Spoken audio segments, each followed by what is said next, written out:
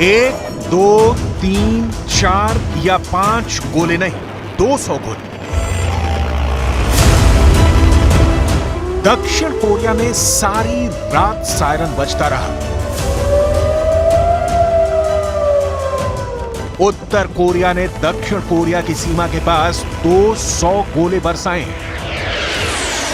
इस हमले के बाद दक्षिण कोरिया और उत्तर कोरिया के बीच तनाव चरम पर है।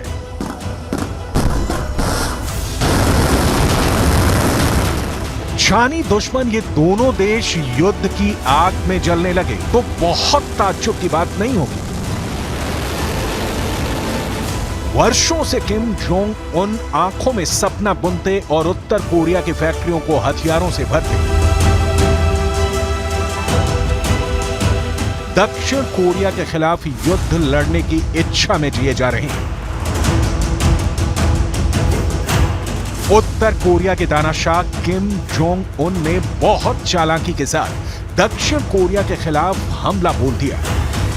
북한군은 오늘 09시경부터 11시경까지 백령도 북방 장산곶 일대와 연평도 북방 등산곶 일대에서 200여 발 이상의 사격을 실시하였습니다. 이로 인한 우리 국민과 군의 피해는 없으며 탄착 지점은 NLL 북방 일대입니다. उत्तर कोरिया के गोलों की आवाज से सहमे दक्षिण कोरिया ने बदला लेने की धमकी दी है। दक्षिण कोरिया में इस वक्त किम जोंग उन के खिलाफ अटैक की कैसी तैयारी चल रही है, ये देखने से पहले ये देखना जरूरी है कि इन 200 गोलों से हुए हमले की डिटेल क्या है, जिसने कोरियाई प्रायद्वीप को युद्ध के मुहाने पर लाकर खड़ा कर दिया है। दक्षिण कोरिया रक्षा मंत्रालय के मुताबिक उत्तर कोरियाई सेना ने सुबह लगभग 9 बजे से 11 बजे तक बैंगनी ओंग द्वीप के उत्तरी भाग में जांगसन गोट और योएन पयोंग के उत्तरी क्षेत्रों में 200 से अधिक राउंड गोलीबारी की। किम जोंग उन के इस हमले वाला एक भी राउंड दक्षिण कोरिया की सरहद के भीतर नहीं आया, लेकिन दक्षिण कोरिया ने योएन पयोंग के करीब 2000 स्थानीय लोगों से इलाका खाली करा लिया है। दक्षिण कोरिया पर यह हमला उत्तर कोरिया ने पहली बार नहीं किया है, लेकिन अब की बार जिस कारण से किम जोंग उन ने दक्षिण कोरिया पर हमला किया है वो पहले के हमले के कारणों से अलग है। इसकी डिटेल आपको आगे दिखाएंगे। दक्षिण कोरिया का ये ओन प्योंग द्वीप पीले सागर में है। ये इंचियोन से लगभग 80 किलोमीटर पश्चिम में और उत्तर कोरिया के वांगे प्रांत के समुद्र तट से 12 किलोमीटर दक्षिण में स्थित है।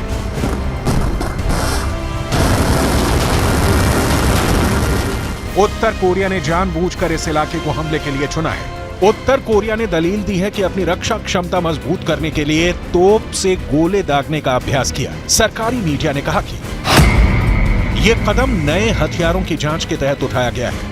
अमेरिका और दक्षिण कोरिया पर प्योंगयांग अपने खिलाफ अपनाई जा रही दुश्मन की नीति त्यागने का दबाव बनाए हुए है। उत्तर कोरिया के तानाशाह किम जोंग उन का पिछले हफ्ते का वो बयान याद कीजिए जिसमें कहा गया था कि वो दक्षिण कोरिया और उसके सहयोगी अमेरिका के खिलाफ युद्ध के लिए तैयार हैं। उत्तर कोरिया जितना उछल रहा था उतनी ताकत असल में उसके पास है ही नहीं जब बात अमेरिका और दक्षिण कोरिया के गठजोड़ की हो रही हो।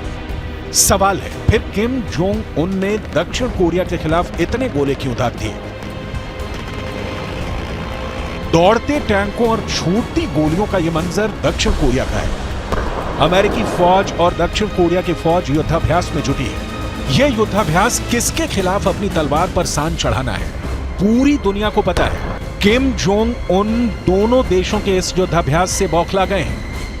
रूस को हथियार सप्लाई के बाद पुतिन का साथ मिलने की उम्मीद में युद्ध लड़ने को किम जोंग आतुर है। सवाल है कि रूस यूक्रेन युद्ध, इजरायल युद्ध के बाद अब क्या? उत्तर कोरिया दक्षिण कोरिया युद्ध में कूद रहे हैं। किम जोंग उन का लक्ष्य बिल्कुल क्लियर रहा है। किम जोंग उन वो नेता हैं जो देश के गोदामों में गेहूं नहीं हथियार भरना चाहते हैं।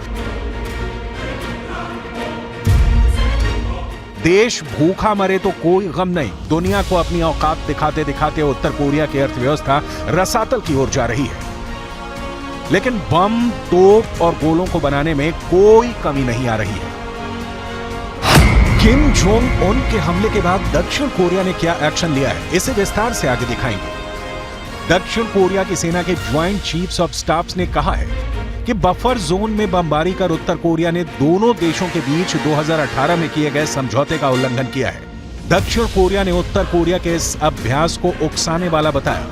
हाल ही में साउथ कोरिया और उत्तर कोरिया के बीच तनाव को कम करने के लिए समझौते हुए थे, लेकिन अब 200 गोले दागने के बाद जाहिर है यह समझौता खत्म हो चुका है। दिसंबर 2022 में भी उत्तर कोरिया ने दक्षिण कोरियाई सीमा से सटे समंदर में बम बरसाए थे।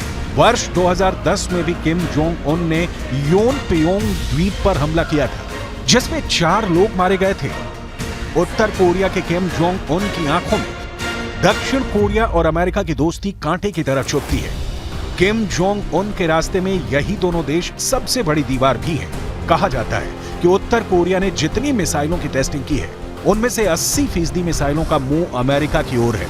उत्तर कोरिया के मिसाइल कार्यक्रम का पहला ध्येय ही है अमेरिका के हर शहर को अपनी इंटरकॉन्टिनेंटल बैलिस्टिक मिसाइलों की रेंज में लाना। नए साल के मौके पर भी किम जोंग उन ने अपनी सेना को निर्देश दिया है कि अगर अमेरिका और दक्षिण कोरिया टकराव का रास्ता चुनते हैं तो उन्हें झटके से और बिना किसी हिचकिचाहट के साथ नष्ट कर देना चाहिए। ये दोनों देश कोरियाई प्रायद्वीप में संघर्ष को भड़काना चाहते हैं, लेकिन इसके अंजाम से बेखबर है।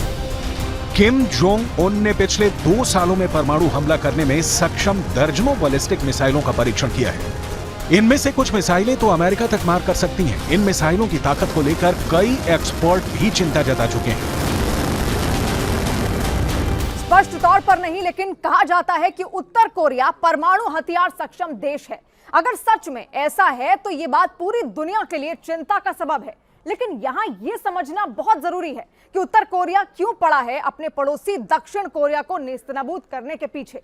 पूरी कहानी की शुरुआत होती है 1953 से। 1953 में दरअसल दोनों कोरियाई देशों के बीच युद्ध खत्म जरूर हो गया, लेकिन उत्तर कोरिया ये कभी भुला नहीं सका कि युद्ध में आखिर क्या हुआ था। 1968 में उत्तर कोरिया ने दक्षिण कोरिया के राष्ट्रपति की हत्या की नाकाम कोशिश की थी और 1983 में म्यांमार में एक धमाके का मामला सामने आया। इसमें 17 दक्षिण कोरियाई नागरिक मारे गए थे। इस धमाके के तार उत्तर कोरिया से जोड़े गए। वैसे ये बहुत क्लियर समझ लेने की जरूरत है कि दोनों देशों ने तकनीकी तौर पर 1953 में युद्ध खत्म होने के बाद शांति समझौते पर हस्ताक्षर नहीं किए हैं। इसका मतलब यह है कि दोनों अब भी युद्ध की स्थिति में बने हुए हैं। उत्तर कोरिया और दक्षिण कोरिया की लड़ाई का अंत किम जोंग उन के रहते होते नहीं दिखता। दक्षिण कोरिया के सामने ये बात शीशे की तरह साफ है।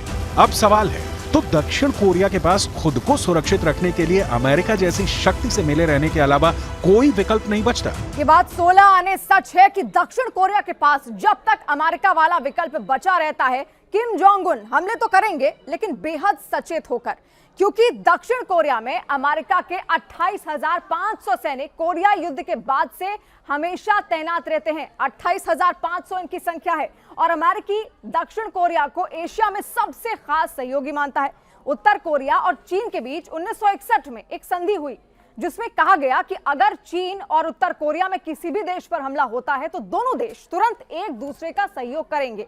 और इधर रूस भी पर्दे के पीछे से हमेशा उत्तर कोरिया को सहयोग करता रहता है।